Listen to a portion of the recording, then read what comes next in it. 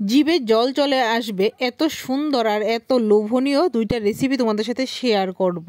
পুরো ভিডিওটা দেখার জন্য অনুরোধ রইল। আর এটা ছিল আমার 31 ডিসেম্বর মানে 2024-এর লাস্ট ডে রান্না। সকাল থেকে রাত্র অবধি আমি কি কি রান্নাবান্না করেছি সেটাই তোমাদের সাথে শেয়ার করব। এখানে করছি আমি এখানে তাল বেগুন, যেটা হয় মোটা মোটা বেগুন দিয়ে, আলু দিয়ে, চন্দনা শুটকি দিয়ে ঝোল। শুটকির ঝোল খাবো, পেঁয়াজ খাবো না, রসুন খাবো না, সেটা কি করে হয় আমি আজকে তোমাদেরকে দেখাবো। সুন্দর একটা রেসিপি, যেটা পেঁয়াজ রসুন ছাড়া হচ্ছে এই ঝোলটা। আলু বেগুন একদম ভাজা ভাজা হয়ে যাচ্ছে, শুটকি আমার ভাজা হয়ে গেছে, আর এখন নুন হলুদ দিয়ে আলুটাকে লাল লাল করে ভেজে তুলে নেব। তো এই শুটকির ঝোল কে কে খেয়েছো অবশ্যই কমেন্ট বক্সে জানিও। শুকনো লঙ্কা মেথি ফোড়ন দিয়ে দিলাম, কাঁচা লঙ্কা আর রেড চিলি পাউডার একটু মিক্সড করে শিলনোড়ায় বেটে দিয়ে দিয়েছি। আর এখানে আমার নুন হলুদ দিয়ে টেস্ট অনুযায়ী আলু বেগুন চন্দনা শুটকি একসাথে দিয়ে এখন এটাকে নেড়ে চেড়ে দিয়ে দেবো একটু ঝোল। আর ঝোলটা হতে হবে একদম গায়ে মাখা গায়ে মাখা। খেতে যে কি লাগে যে খেয়েছে সে বুঝবে, এতটাই দুর্দান্ত হয় এই চন্দনা শুটকির ঝোলটা। ঝোল তো আমার এখানে রেডি হয়ে গেছে, বেশ খানিকটা ধনেপাতা দিয়ে দিয়েছি।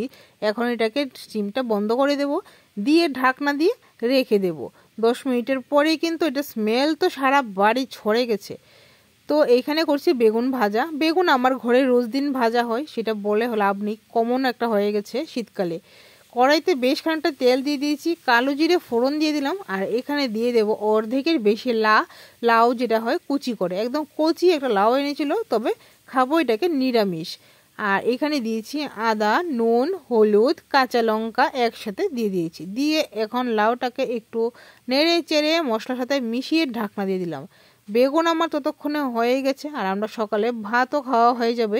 লাউয়ের জন্য অপেক্ষা করছে আমার মাতাজি।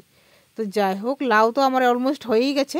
আর মুগ ডাল দিয়ে দিয়েছি সঙ্গে করে, মুগ ডালটাকে সিদ্ধ করে মাখো মাখো করে দিয়ে দিলাম। এখন এটাকে নেড়ে চেড়ে মিক্সড করে ধনে পাতা দিয়ে দেবো।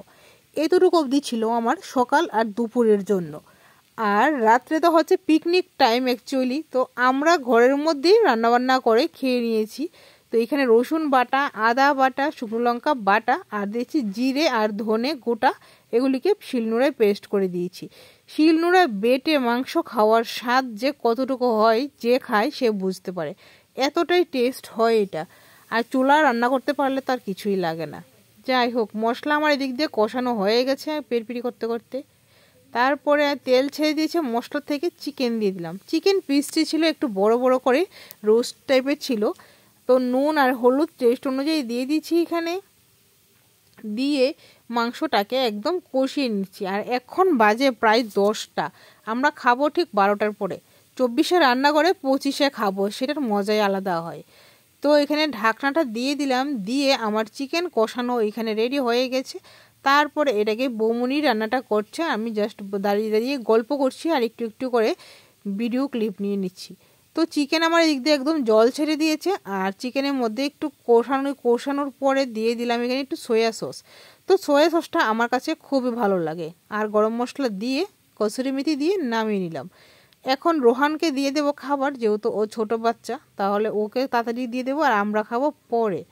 এতটাই সুন্দর হয়েছিল দেখতে, আর এত স্মেল বেরিয়েছিল, আর এতটাই টেস্ট হয়েছে যে কিছু আর বলার নেই। তো আজকে এই ব্লগটা আমার কেমন লেগেছে অবশ্যই কমেন্ট বক্সে জানিও। ভালো লাগলে লাইক কমেন্ট অ্যান্ড ফলো করে দিও। Bye bye.